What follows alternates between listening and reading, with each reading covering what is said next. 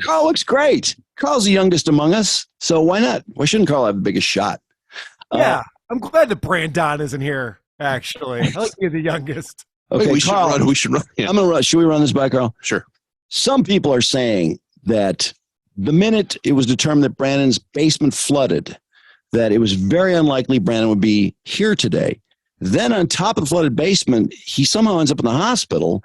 And this is what some people are saying, is that somehow the illness is connected to the flooded basement, or they're just saying that, well, even if he isn't well, he wouldn't have been there anyway because of the flooded basement. I've been hearing that too. People are saying that around my parts too. But honestly, I don't think that's true, because I was messaging with him today and I brought hometown hero Dax Shepard. And I know he loves talking about Dax. So I think he's bummed he's not there today. Wow, that's right. Yeah. Brandon to not be here for Dax Shepard. Although that may add a little bit of balance, because Brandon is really pissed at Dax Shepard. And understandably, the background on Dax Shepard is that Dax, being from Michigan, being from Lake Orion, right? Walled Lake. Walled Lake. I know. Shouldn't you be more mad at Dax than I should be. Yeah. You're right. I am mad. No, I'm pissed. No, hold on a second, guys. I listened to 2 hours of his show today. I'm pissed at Dax. I'm the most upset at Dax right now. Well, I'm glad you're pissed. I'm glad you're more pissed than I am, because this means that the Dax that we would have had now maybe wouldn't have been the Dax that we fell in love with. Exactly. Because Dax used to come into the studio, absolutely destroy the place for a couple hours, have a ball. His high school friends would call in, his mom would call in, strangers would call and say, yeah, I remember when you took your pants off at this party in 12th grade. He was just, he was a different Dax. I realized that maybe that Dax is a little out of control in light of Dax now. But I never thought, okay, this is going to sound really stupid. I thought Dax was our friend. Aww. I did. I thought we were friends. I thought that he really liked us. I thought he liked coming in. I mean, I think he did. He had a great time. He plugged his buddy's bar party one night. That's right. Yeah, I want to play. My buddy's having a thing. It's a little slow. And I heard the party blew up, and the guy was really happy. And was like, hey, great. We're tight with Dax. But it seemed because that's what best friends do. We've tried many, many, many ways, because for the longest time I thought, he must not know we're doing a podcast. He's been tweeted at. He's been emailed at. He's had people yell at him. He's had people call him, text him, tweet him, everything him. Dax does not want to come on the show anymore. He apparently is too big for the Drew and Mike show now. Well, I have a question for you. Did you guys get contacted when he was going through his 12 steps so that he could apologize to you? No, he did not apologize. And you were never friends. Sorry. Sorry to say. Can comics stop going to therapy? I think that's what's ruining comedy. Yes. And by the way, that's what we're going to be talking about today a lot. Oh, good. Okay. Therapy, because Dax had Pamela Anderson on the show. Pamela Anderson's now doing this whole promotional tour. She's got her book out. She's got the autobiography or the documentary that's out there. And so there's a lot of talk about trauma, childhood trauma, and all these things that celebrities not talk about for some reason. Well, my sister, who is a proud lefty and who loved Dax, loved him in every way, his movies, his entire career. She was listening to his podcast because he was one of the first big stars to really put a lot into podcasting. Well, that's accurate, isn't it? Oh, yeah. I mean, his career is podcasting. She was excitedly listening along, and then she got bored because she said it was too preachy. And for my sister to say that is something, because I know she really wanted to like it, and she did at one point, but he left her in the dust, much like he's left everyone in our family in the dust, essentially, from me on. Well, he's also one of these guys with a Spotify exclusive. I don't know what the size of the contract was. People speculate it's $100 million, but you can only find his show on Spotify, so that doesn't make it easy either. Well, at least when they pay him $100 million, they're paying someone who is delivering downloads, unlike Harry and Meghan and some of the other people they do just for the name. I think Dax probably on some level earns it, and I do root for guys to make money on deals like that. But I have noticed the podcast ranking has been drifting downward, though, because he's not as available, and some people apparently aren't that desperate to listen that they'll just go to Spotify. Correct. Yeah, and I was looking at his website. The guests recently, I didn't even know a lot of the names on there. Not that I keep up with Hollywood all that well, but do you have a list of the names? If you go to his Armchair Quarterback website. Well, for example, he got Prince Harry on it. Oh my God. Yeah, I mean that's where that show. And it's Armchair Expert, you jerk. I'm sorry. Yeah, Armchair Expert. How dare you? I want to say this too. I've been very interested in psychedelics my entire life because they're pretty interesting, and I may have had a few experiences with them that were pretty fucking funny. But when I saw that Harry is now saying that part of his therapy was Yeah. psychedelics, that's the worst publicity psychedelics have ever received, in my opinion. Well, if it's going to turn you into that. I know. That's what I mean. Anyway, take it away, Karl. Karl. You don't know who David Remnick is? Don't. The editor of the New Yorker. Okay, that was his guess. He did have Wednesday Addams, Shania Kelly. Oh, he had Kelly Slater on. And isn't Kelly Slater the person that Pam Anderson claims when her and Kid Rock watched Borat at like a screening at some rich Hollywood place? He's the one that defended her as Kid Rock got pissed and left. She's like, "You don't like strong women?" I believe that was Kelly Slater that yelled at it, but whatever. I digress. Kelly Slater I've never heard that name before. Surfer. Surfer. Yeah. Oh, that was I'm not up with the hot surfers, apparently. No one is. Pam Anderson's boyfriend, Kelly Slater. Oh, that's okay. Yeah, he was nailing her. Oh boy. That's better than a surfer. It's better to be known for that than a surfer. Yeah. Well, Dax was kind of a suggestion, but it sounds like Karl really got carried away. Are we starting with Dax today? Let's start with Dax. And, you said you're happy for him. Let's see if that's still true when I play this intro and how annoying this is. Track one. Welcome to Armchair Expert. I'm Dan Rather. I'm joined by the Duchess of Duluth. Hi. Oh, That's Monica Padman. And if you don't know who Monica Padman is, then you can join the list of everyone. hi. She's the co-host on this show for some reason. And what's really annoying about this show, it starts off with the two of them talking about the interview. It's one of these things. They're gonna talk about what's going to happen.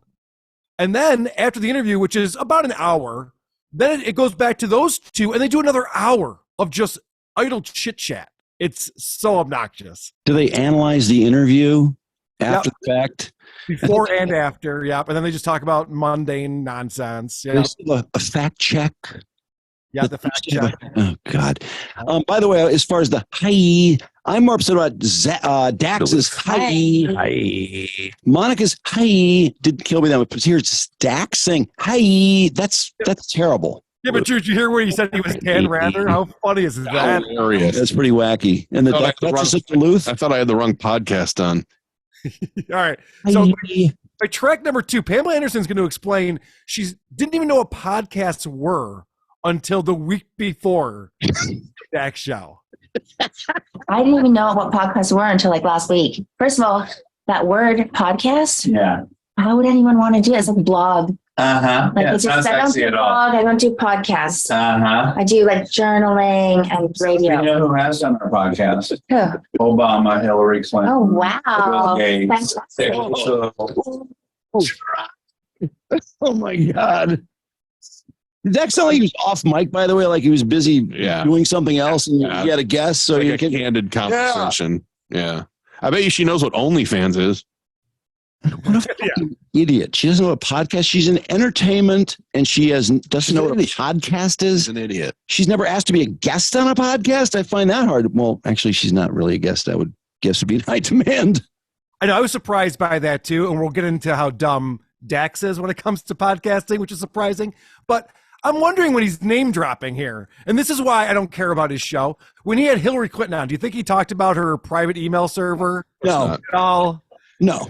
Do you think with Obama, he talked about, killing U.S. citizens with drone strikes? No. And the conversations we're having with these types of I people? don't think so. Not at all. No. There's a lot of ass kissing. Yes, of course. So if you go to my track number 7, now they're going to talk more. Now, Monica joins late on the interview. So Monica comes in. No. Hi. I know. I'm going to say hi. She has a lot. So she comes in, and there's more talk about what podcasting even is. Oh my God. What are we doing right now? Who came up with the word She doesn't podcast? love the term. It sounds like blog. It sounds really shitty. And I agree. Like journaling, radio. Isn't there a sexier word? What is a pod? I don't know. You've been doing this for a long time. You don't even know what it is. I mean, Don't- it's in French. Don't look a gift horse in the mouth. Yeah, I ain't trying to deconstruct it and figure out I shouldn't be doing it. I'm just like accepting all of it. Well, what's podcast in French? That always sounds better. Oh, Great. Try it out.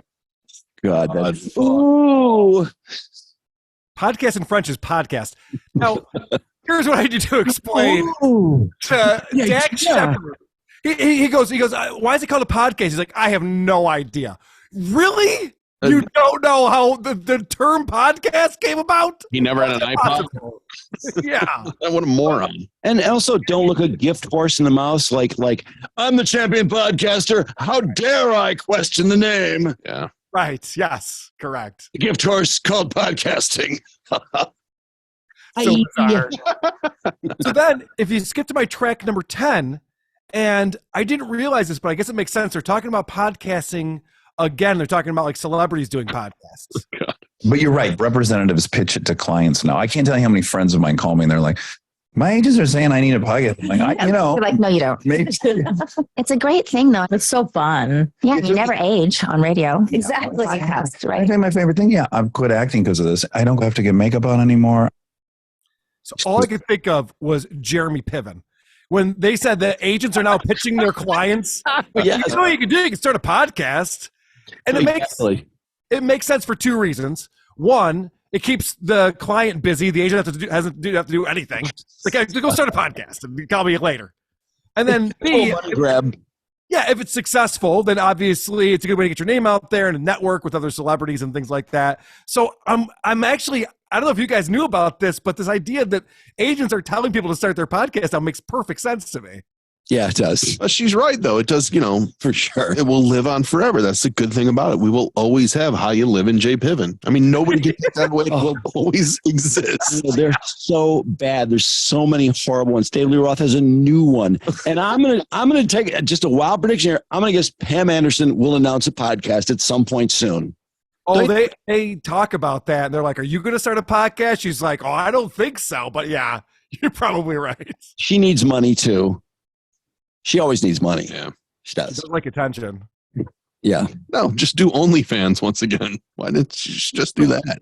Guys, these conversations, this is under the comedy section of podcasting, okay? Mhm. Actually, this is supposed to be a comedy podcast. Really? We are 3 minutes into the interview, and in my track number 3, Dax is telling this story about how his daughter had a nightmare that him and Kristen got a divorce.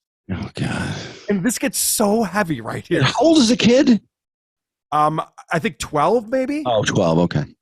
I guess. But as I'm talking to her, I'm realizing, I was on dad number 3 at her age. I was already molested at her age. Oh my God, she's so fucking young. I know. Isn't Like, that did crazy? you have those moments when they were little when you go back in time? You go, I was way too little for that. Yeah. What's the right age to be molested? I'm confused by that. Molested at that point. You think you got some nightmares? I was already molested at this point in your life 3 times. Back in my day, we were molested before we turned 10. I just completely brought up being molested immediately.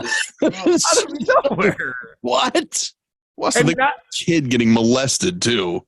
No. Talking about his own child. No, but he's kind of making it all about him, isn't he? Of course. Yeah. And his trauma. And not to be outdone, in my track 4, Pamela immediately talks about her issues with molestation growing up.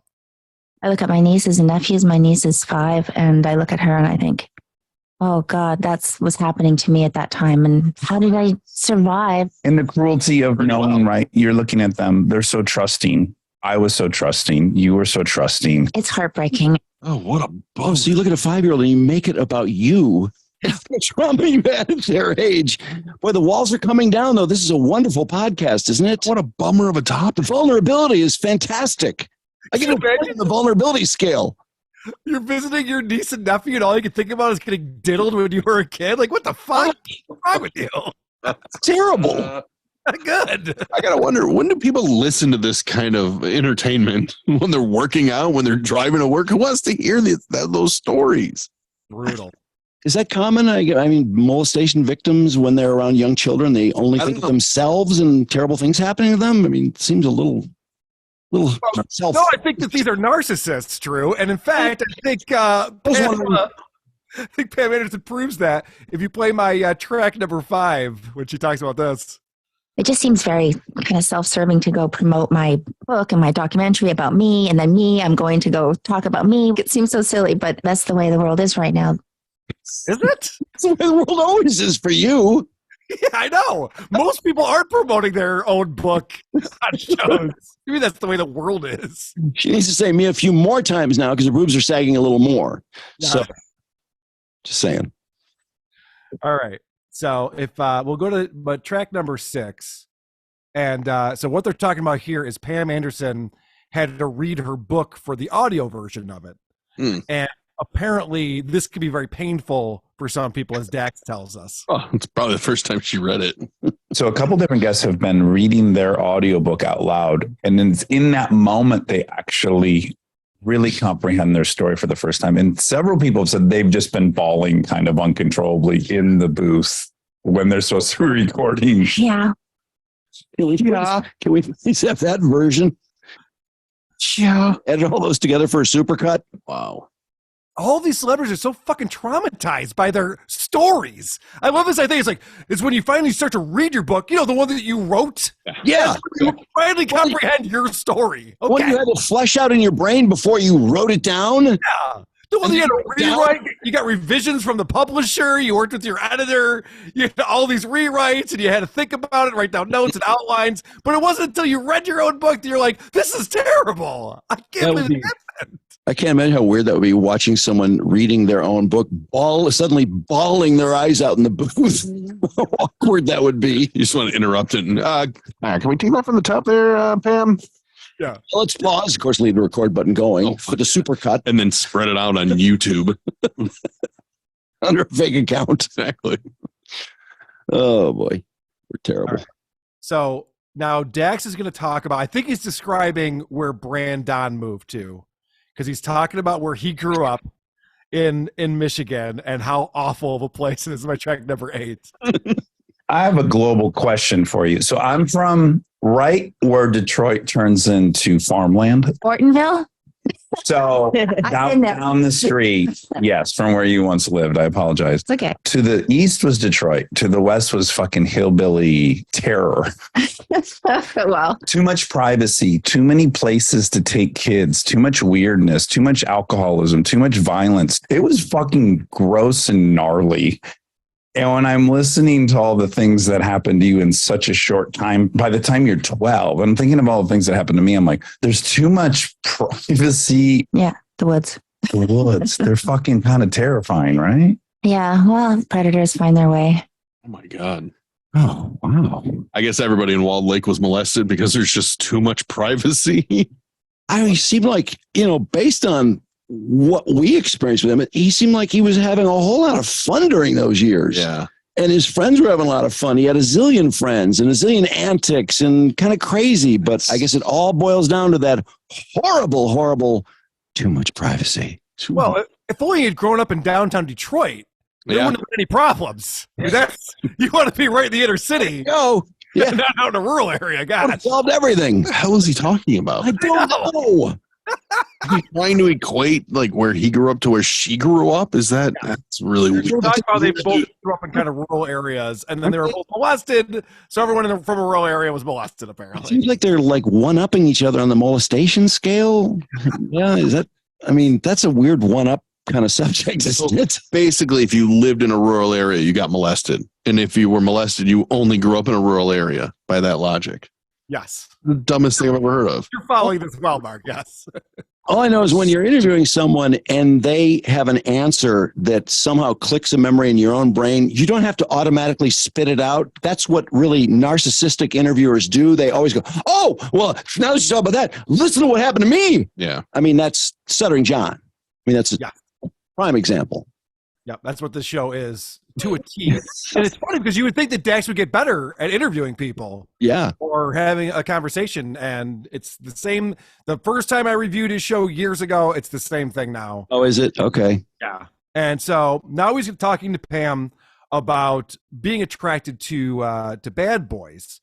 And he's talking about how, I guess, her father and her mom didn't get along real well. They were constantly fighting, and then he was violent with her and things like that. So track 9. Track 9? Yeah. Oh, boy. Didn't we already play 9? I hope not. Just play 9, and then we can blame Karl if it's the same one we already played. I got to go back. Okay, I see it now. Here we go. And then mom would leave. You guys would leave. You'd go get on welfare. You'd move to another town. Then they'd rekindle. I say all that just to say, duh, fucking foo that you were attracted to bad boys. You're all like, this is what we do. Yeah, I'm married to my mother. Like, I took you inside right now and introduced my mom to you, and then Kristen, you'd be like, oh, yeah, he got the show business version of her. Yeah, that's what we do. Oh, is he the bad guy in this scenario? No, what he's saying is she married her dad and Tommy Lee, and he married his mom and Kristen Bell. And I don't know that Kristen would appreciate that. I don't know that she would enjoy that. Like, oh yeah, no, I like you because you're like your mother-in-law. Like, wait, what? No, I hope not. I didn't marry my mother. Mark, did you marry your mom? I didn't. No. I think that's weird. But by the way, I love Dax's mom. She used to call in. She was great. Really sweet. I'd marry her. Yeah, I'm not married my mom, but I'll marry Dax's mom. She seemed cool as hell to me. I had no problem with her. So I just have one more clip from this, because after Pam leaves and they're having a conversation, Monica and Dax, Monica was obviously did research on this. Like, everyone's seen the documentary and they're supposed to have read the book to know what's going on, but Monica's very confused. Supposed to. Well, if you look at the other icons she got with, Kid Rock, Bob. It's funny to hear him called Bob, isn't it? Bob was great with the kids. I didn't know that. That's Kid Rock. Kid Rock. Yes, that's what all that's talk about, moving to Michigan and stuff. That was all about Kid Rock. Remember, she married Kid Rock. Well, she mentioned Kid Rock, and I was like, oh, yeah, they dated. But I thought Bob was a separate person. Bob was Kid Rock. That's right. Bob. Isn't that interesting? Holy shit. Yeah, plot twist. Mine. No, it's interesting that you read all this material and you thought it was some different guy from Kid Rock that she moved to Detroit for. To Michigan. What an idiot. Jeez. Also, what did you think Kid Rock's name was? Like, I mean, what did you think? It was Kid or Rock? Like, it has to be something. Did you think Pam Anderson married a guy in 2006 that nobody ever knew of? She married 2 guys at the same Mentioned in time. the book? Yeah. Moron. Fuck. Hey, Monica, Tupac's name was not really Tupac. What? No, I know. It's great. It's so dumb. That's bad. A bad show. That's not what I want to hear Pam Anderson talk about. Oh, it's brutal. It's not fun in any single way. Yeah. I'm not surprised. Actually, I'm glad you're covering Dax. Dax is a local fave that's gone south with us. And fortunately, I kind of had a feeling that the podcast went this way or was going this way, but it sure does pull numbers. I guess if you don't mind what the content is. And personally, I would feel I just couldn't put out content like that. Well, I think you'd be exhausted by doing that over and over and over and over. Oh, yeah. No, it's just not interesting. Isn't it interesting, though, that Dax says he quit acting because he's a full-time podcast now? So I never heard that before. Did you? No, that was news to me. I was like, okay, maybe he's just not getting roles. He looks terrible. Well, I mean, does he? I mean, does he really have to act? He's married to Kristen Bell. Karl, and she's working. Karl, last time I saw him, he was all buff. He said, I've been working out. And he's like, oh. Super duper buff, but he looks rough. His face is aging weird. Oh, I got to tell you. He's only 48 years old, but I had to look up his age. I'm like, he's got to be like close to 60, I think, just based on how he looks, but it's not. People out there are doing weird things to their faces today. I was reading about the newest plastic surgeries, cosmetic surgeries out in Hollywood. And it's 4 things I'd never heard of, except the one that I knew of was getting fat removed from your cheeks to highlight your facial bones. And then it's just really kind of odd what people are doing. I'm not sure it's working out all that well. And it's kind of new, which sometimes leads to mistakes. So I don't know. I thought Dax looked okay 10 years ago, but I'm now curious to look. I think he looked okay too. I'm not saying he had work done. I don't think he did. Oh, okay. So life is just aging him hard. This whole therapy game is aging him. Maybe, yeah. Maybe it's talking about your fucking getting molested every day on your show. That would age me. I mean, if I'd listened to someone else talk about that for a lot, it would age me. Let alone it happened. You guys were talking about this Kiss interview on the Howard Stern show. Yes. A lot of people are talking about it because there were some revelations, like the fact that Eddie Van Halen went to Gene and said, I am so sick of David Lee Roth. Can I please join Kiss? Which is crazy. Paul's like, I never heard him say that, but maybe he did. I can't believe that that's true. But Gene did not like David Lee Roth either. Gene wanted him out. Right. Nobody likes David Lee Roth. He's annoying. No. In fact, Gene famously, I hope I'm not stealing your thunder, left 3 tickets for the band at a Kiss show when he first started trying to help them. Yeah. Meaning 3 in the other names and none in David Lee Roth's name, he was very burned by that. Well, guys, the reason why David Lee Roth was in the band is because he owned the PA. Yeah. Everybody knows that. It's a pretty good reason, actually. It actually is. I was impressed. I get it. But the more important thing about this interview, and I had a whole segment on it with Eric Zane on Who Are These Podcasts, it's out right now, is the fact that Howard decides to talk all about Gene's and Paul's childhood. These are guys who are 74 and 70 years old, and Howard wants to talk to them about all the childhood trauma they had and how that's affected their lives. Paul is all in. Paul is also into therapy and psychoanalysis. He's all in on it, and Gene wants nothing to do with it. Of course not. Yeah, because it's better things to talk about. As Gene Simmons, say what you want about the guy. He is so successful in so many different things in his life. And I have to say, for a rock star, I know he has, maybe he's a sex addict or whatever, but for a rock star, he's never drank, never smoked, never done any drugs. True. I mean, he's very well disciplined, and he's been made a shit ton of money. He knows how to separate people from their money. He's brilliant. Yes, he's a brilliant marketer, brilliant businessman. He is. Great. When he was on Bill Maher's show, it was great. Bill Maher goes, you could teach a class in business. And Gene goes, how much will you pay me? Brilliant line. Right. So if you skip to my track 17, this is Howard going into Gene's childhood daddy issues. Oh boy. Okay. Gene, you grew up poor, and I'm not, I think, Gene, you had a horrible, horrible childhood. You saw some bad shit early on. What? Your father left you at 6 years old, and you never saw this guy again. And even worse, he went on and had a new family, had kids, and never thought to come see. He had four new families. Yeah. 4 times. That had to just fuck with your head, Gene, growing up. Where's my father? What is going on? So you can hear a little bit now. What's great about this is that all of Kiss is sitting there in the full makeup, the full. They're talking about their feelings. It's so funny. The whole video is up on Sirius if you have this. Oh my God! I want to see this. But it's full on projection. He goes, "You must have been so angry with your father," and you heard a little bit there because he gets trampled on a lot. But Gene was like, "No, that's not true at all. I wasn't angry with my father. In fact." Gene talks about how he never talked to his father after his father left him when he was 6, but he paid for his house in Israel. He gave money to his other family and the kids that he had after his family. Like, Gene was very generous. A stand-up guy. Yeah, obviously he dealt with it okay. No, I don't. But see, I don't. As a fan, because I'm kind of a fan of Kiss in a way, not a giant fan, but I don't want to hear Gene talking about his horrible father in childhood. That's not giving me good vibes. That's not going to give me adrenaline. I want to hear Gene talk about the band and the panty room and how they got going. Yeah, the panty room. How many pairs of panties he has. How many chicks he slept with. How he's separating people from their money. His Kiss collectibles is giving away all the time at these events.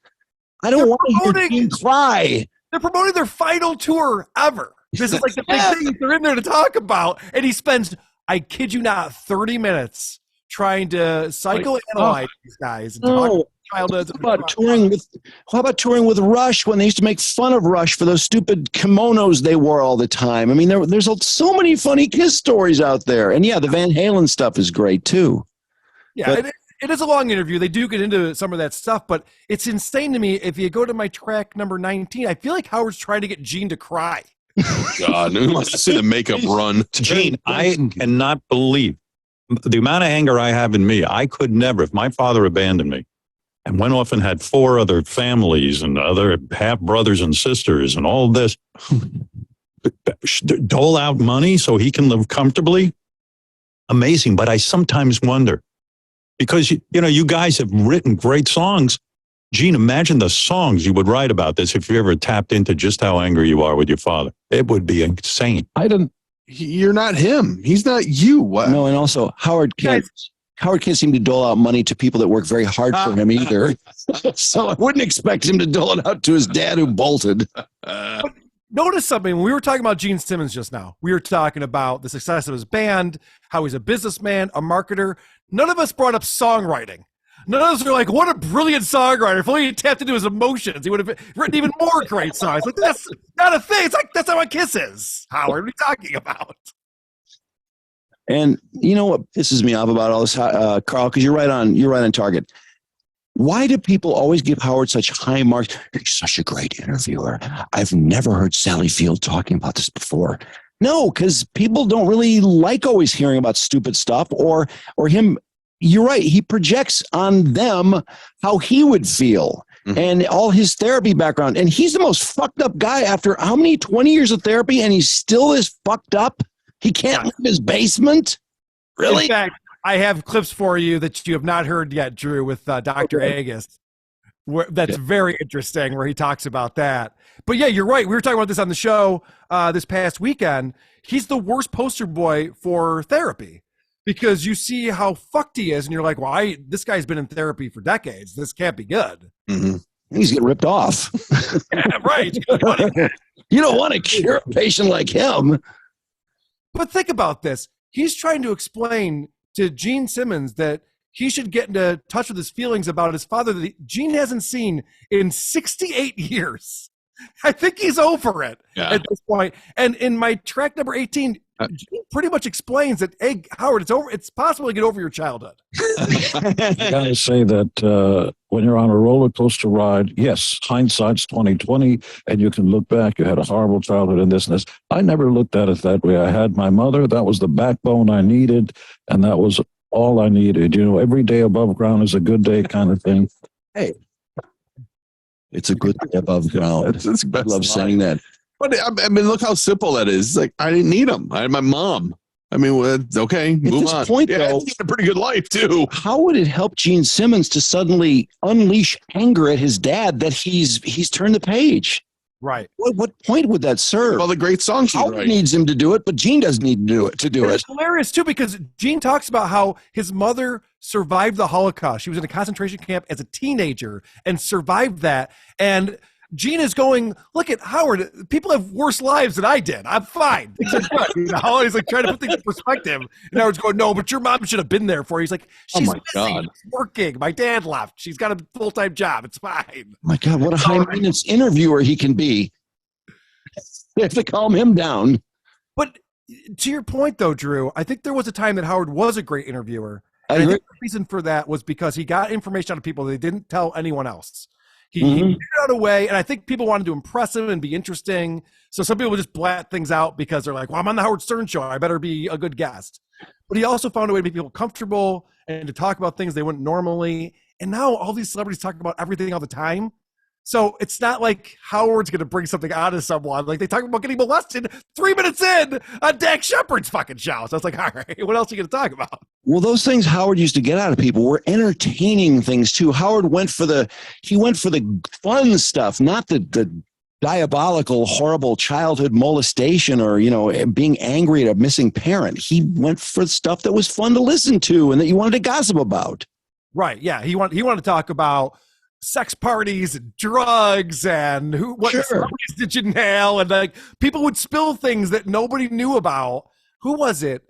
It was one of the kids from that 70s show years ago went on there and just started spouting out names of girls that he slept with, and it caused all these problems. Oh, not Ashton Kutcher, was it? Danny Masterson or maybe it was Danny Masterson, but yeah, I just remember it made all these news stories and stuff because it's like, whoa, we didn't even know these two people dated or ever got together. It's like that was what Howard was really good at back in the day, and now it's immediately to a therapy session. With I can give a lot of examples of that. Wasn't it Fred Durst who was talking about nailing Britney Spears? Yes. It was like, wait, Fred Durst nailed Britney Spears? And, and on and on. It was always something. Howard used to get he used to make a lot of news in interviews. I mean, the Inquirer and the Globe and stuff like that would do stories about Howard's interview because somebody spilled something they would never spill anywhere else. But now, if it's about Gene Simmons' dad disappearing, it's not interesting. It's not going to make the Inquirer. Let me play one more clip from this interview, and then I'll move on to the Dr. Agus stuff. So my track number 22, Gene Simmons is having a real moment here, and he's talking about he regrets how he treated Shannon Tweed. And I saw this on Bill Maher when he was on with him too. And he goes, I cheated on her a lot, and it really hurt her, and I love her, and I feel bad that I did that, and I'm a different person now. And listen to what Howard turns this into, of course. And you finally have Shannon, who have been together close to 40 years, but only married 10 of those years. For the first 29 years, I was an asshole. Arrogance. Well, you call it being an asshole. I call it a very deprived young boy whose own mother had been through seeing her mother go into a gas chamber. Oh my God. I see a boy who lost his father at 6, who didn't want to acknowledge him. And then when you get older, you go, you know what? I'm fucking entitled now to my time. And I'm going to eat up this world, and I'm going to take every woman. I'm going to, I understand it. It's like I've lived that life too. What? He knew better. He knew better than to do that to her. She's a horny dude. He just wanted to smash puss. And he could. So he did. Right.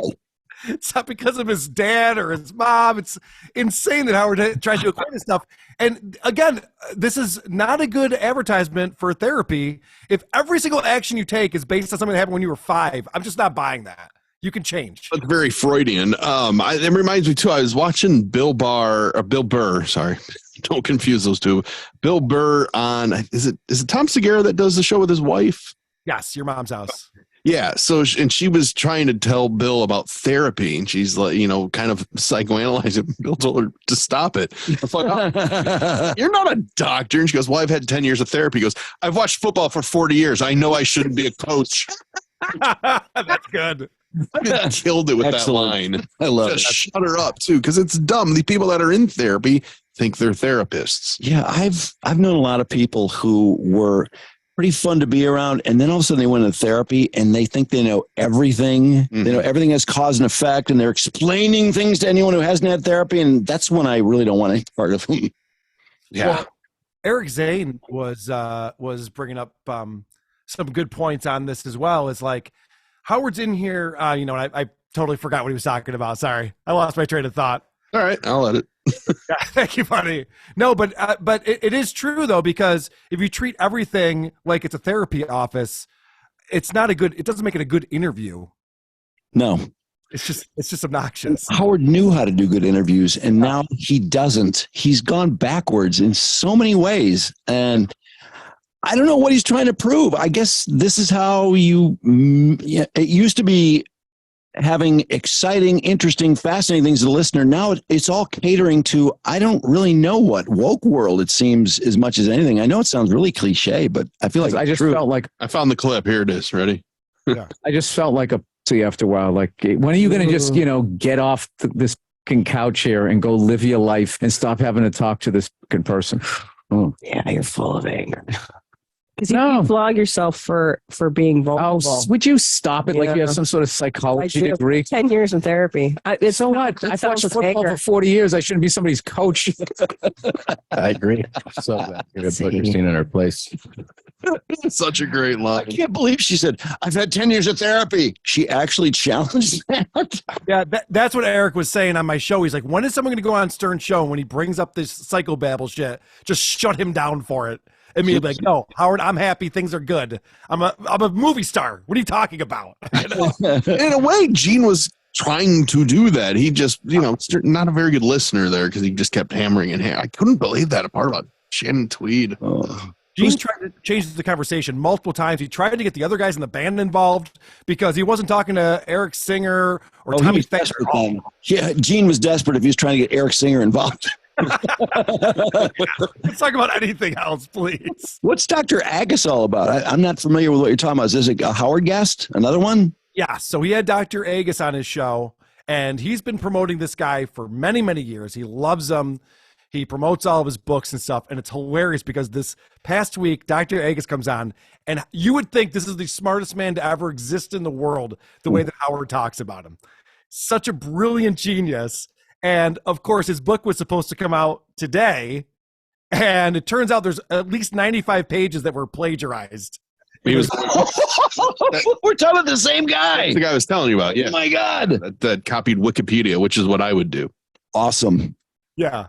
So now I think the publishers pulled the book. I don't think it was released. Yep. And is this someone Howard goes to for therapy or therapy ideas? He's an oncologist. No, he just has them on. Yeah. Oh, This is the guy that he talks to all the time, though, about health.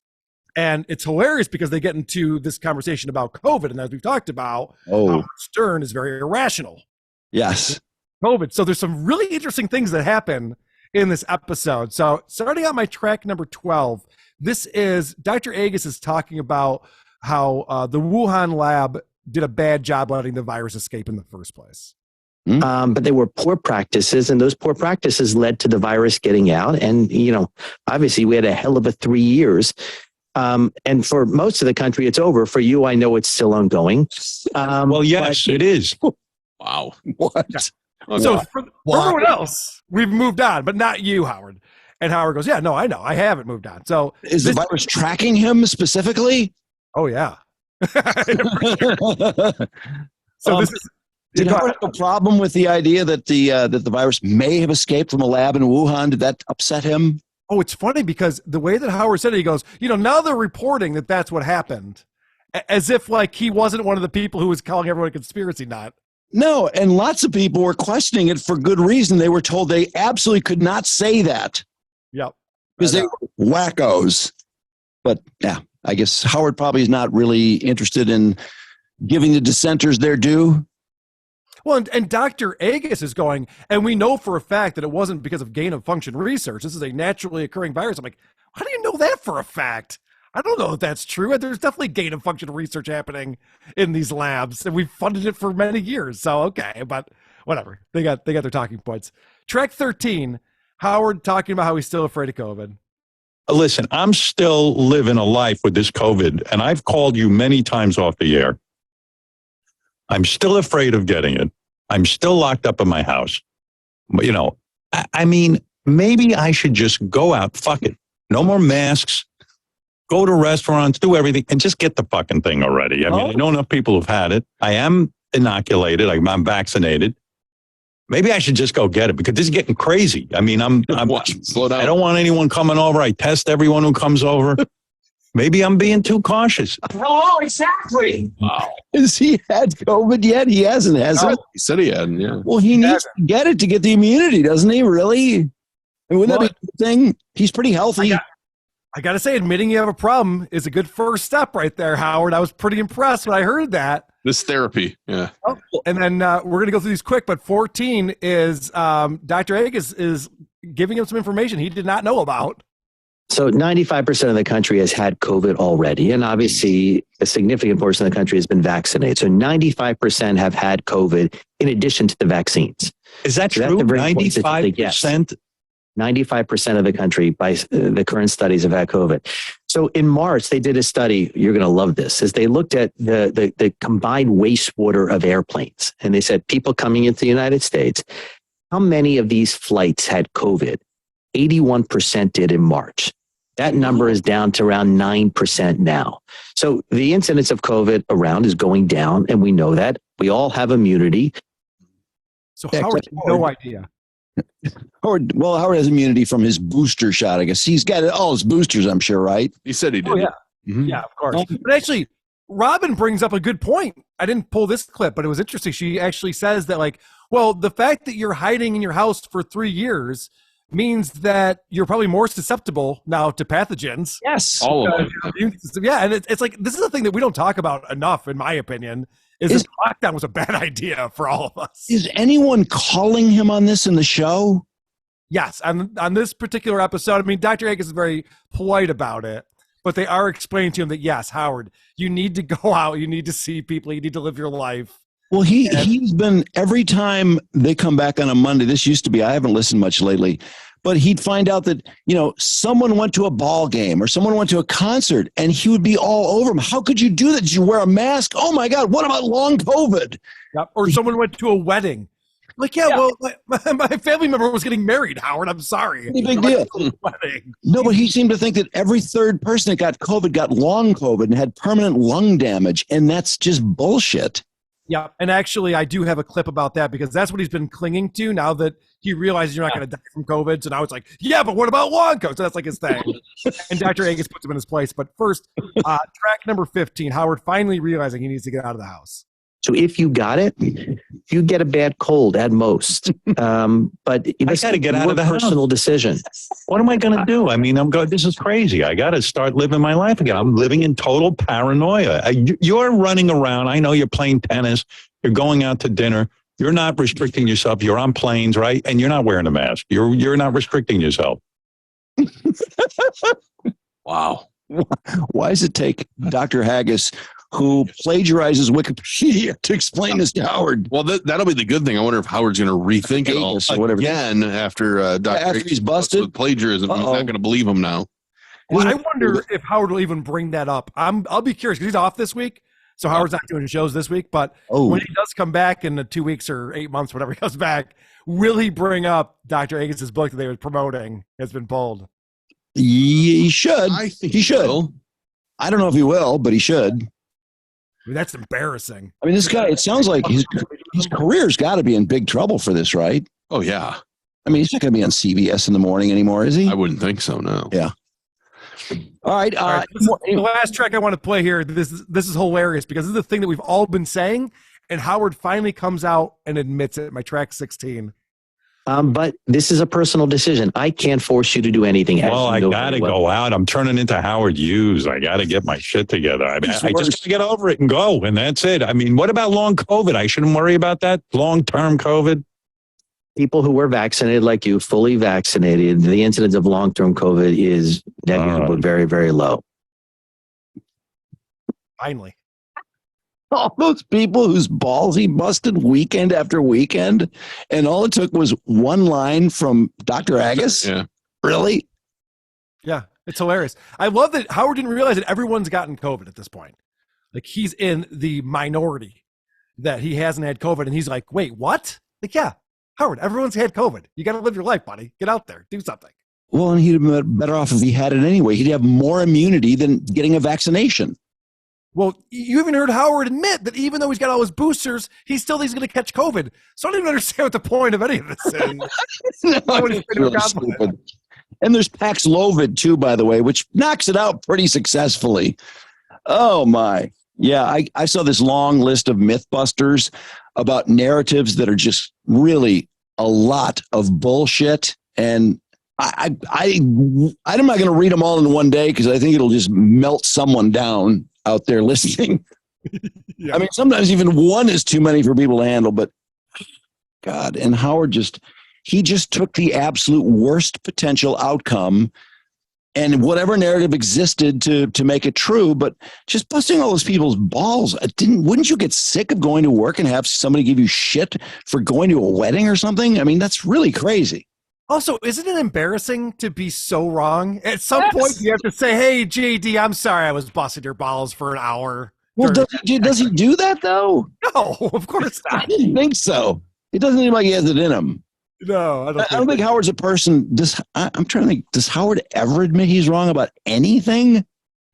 Gosh, I'd have to think long and hard on that one. Honestly, probably not. And he's a very smart guy. I mean, I would expect Howard to be right about most things, but if you are doing that many hours of broadcasting and you never actually say, I kind of got that wrong, then I really wonder, if that's something you ever do. Well, even when Howard argues with the guys about things that everybody does, Like Howard will not go to a football game or a baseball game. He's afraid of going to these things. He can't believe that someone would go to a ball game and drink a beer. That blows his mind. And never once he's been like, guys, maybe I'm the idiot here because it seems like everyone else is having fun and I'm miserable in my house complaining about it, not doing any of these things. Is it Richard or I want to say it's Richard that he's always accusing of being an alcoholic? Yeah, because Richard had Richard does. He will binge drink. So Richard drinks like 20 beers, going to a football game or something, and they'll bust his balls. But the real example recently, Ronnie lives in Vegas now. Yeah. And Ronnie went out to watch football. It was like a Sunday during the season. And so they're out for 10 hours watching football at the various sports bars.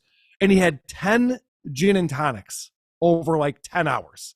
And Howard's like, dude, you're going to die, man. What are you doing? It's like, Howard. 1 an hour? Do you not know how this works? No, that to me, that's pretty responsible drinking right there. I agree. 10 hours? Not bad. Oh. All right. What's coming up on Who Are These Podcasts and Who Are These Socials? By the Who Are These Socials doing? Or Who Are These Socials doing? Thank you for asking. That show's doing great. So we have our own separate feed. If you download the podcast, check out Who Are These Socials, wherever you get podcasts. But we're also on the Who Are These Podcasts YouTube channel every Thursday at 6. And so you can watch us do the show live. And I'm having a blast with that. Me and Blind Mike Geary are doing the show, and we're just finding the most hilarious TikTok videos and subreddits and things. There's this whole trend that I learned about over the last couple months. These girls with Tourette's, these attractive girls. Karl, I've been watching it, and it's fascinating. They're all extremely hot, and they're all influencers, and they just happen to have Tourette's. It's crazy. Whoever knew so many people had Tourette's? Balin Dupree's Tourette's are so hilarious. She has all these catchphrases that she just throws in the middle of whatever she's talking about. It's fantastic. I love it. Everybody gets called a cunt at least once a conversation, or she says "suck my dick" or something. It's quite entertaining. But I can't help noticing that you have all these beautiful young influencers, and then somehow the Tourette's category are slightly bigger influencers than the ones who don't have Tourette's. Someone called into our show and said, there's a thing going on here. He goes, my sister got her phone when she was like 14 or 15 years old. And all of a sudden for a month, she had Tourette's. As soon as she got a phone and she started posting on TikTok or Instagram or whatever. And then she grew out of it after a month or so. And she doesn't have Tourette's anymore. Yeah. Yeah, I think there's something to that. Well, it's you guys had a lot of fun on that show. And then Who Are These Podcasts? You got a new show this weekend with... Yep. What? So we're doing a show called Pod Gods. I'm recording that tomorrow with Doug from Good Times, Great Movies. And Pod Gods is a show that used to review the Adam Carolla show. Now I think they do a review of a lot of different shows. Oh, really? So that's kind of a podcast that reviews podcasts that we'll be reviewing. It's going to get very meta. And speaking of meta, the podcast is out right now. It's called Meta Psychics. And this is a show hosted by two nerdy girls who talk to ghosts. So check that out. That's with Eric Zane, as I mentioned, is out there now. All right. Thanks, Karl. Oh, and real quick, I'm sorry. I mentioned this before, but save the date, September 15th. Yes. Back to the Magic Bag. And 15th of September, a Friday night? It's a Friday night, yep. Okay. Wolverines are playing at noon the next day, so I was trying to work around that. It's on sale now. Not yet. Not yet, okay.